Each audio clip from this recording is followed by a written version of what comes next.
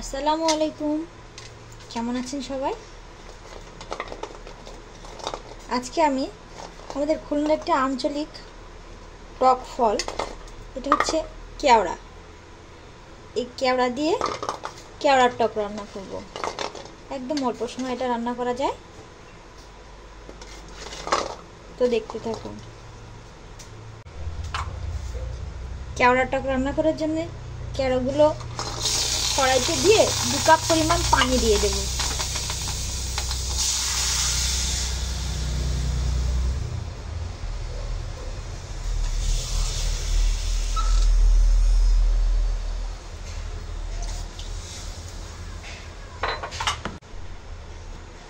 এখন একটু লবণ দেব, হলুদ দেব, আর 1 চামচ চিনি দেব, দিয়ে এটা সিদ্ধ করে নেব।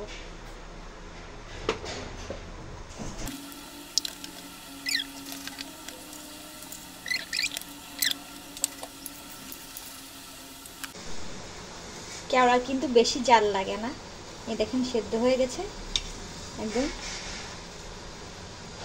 ফুলে উঠেছে। আর এটা বেশি নাড়ানোও যায় না, এটা বেশি নাড়ানোও যাবে না। এভাবে এখন ঢেলে নিতে হবে, তারপরে ফোড়নে দিয়ে নামিয়ে নিতে হবে। ফোড়ন দেওয়ার জন্য কড়াইতে তেল দিয়ে দিচ্ছি। তেলটি গরম হয়ে গেলে রসুন ছেঁচে রেখেছিলাম, রসুন কাঁচা ঝাল একসঙ্গে ভেজে নেব, সঙ্গে একটা তেজপাতাও দিয়ে দেব। রসুন ভাজি ভাজি হয়ে গেছে, এখন দিয়ে দেবো সামান্য পরিমাণ পাঁচফোড়ন।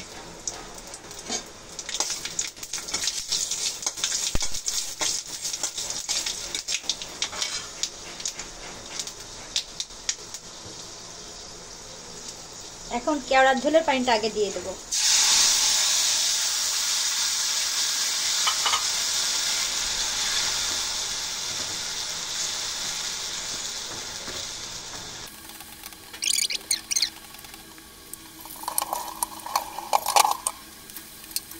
এখন এই কেওড়াগুলো ছেড়ে দেব। দেখুন এর ভিতরে কিন্তু বীজ আছে, এই বীজগুলো খাওয়া যায় না, এই খোসাটা খেতে হয়, আর এটা অনেক টক হয়।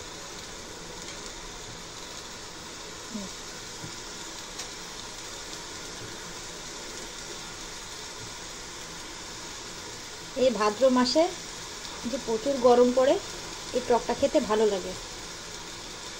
এই ফলটা মূলত সুন্দরবনে হয়, তবে আমাদের খুলনাতেও পাওয়া যায়, বাজারে ওঠে, এখান থেকে আমরা কিনে খাই।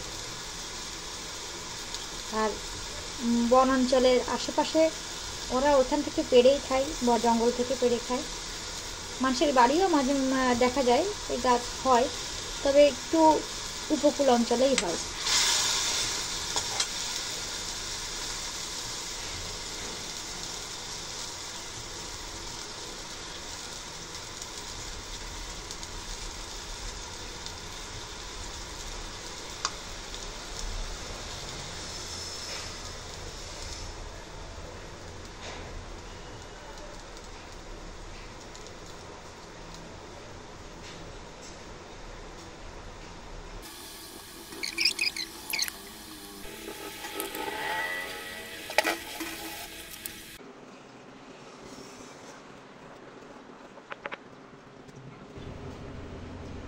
দেখুন তৈরি হয়ে গেছে কেওড়ার টক, খেতে অনেক চমৎকার।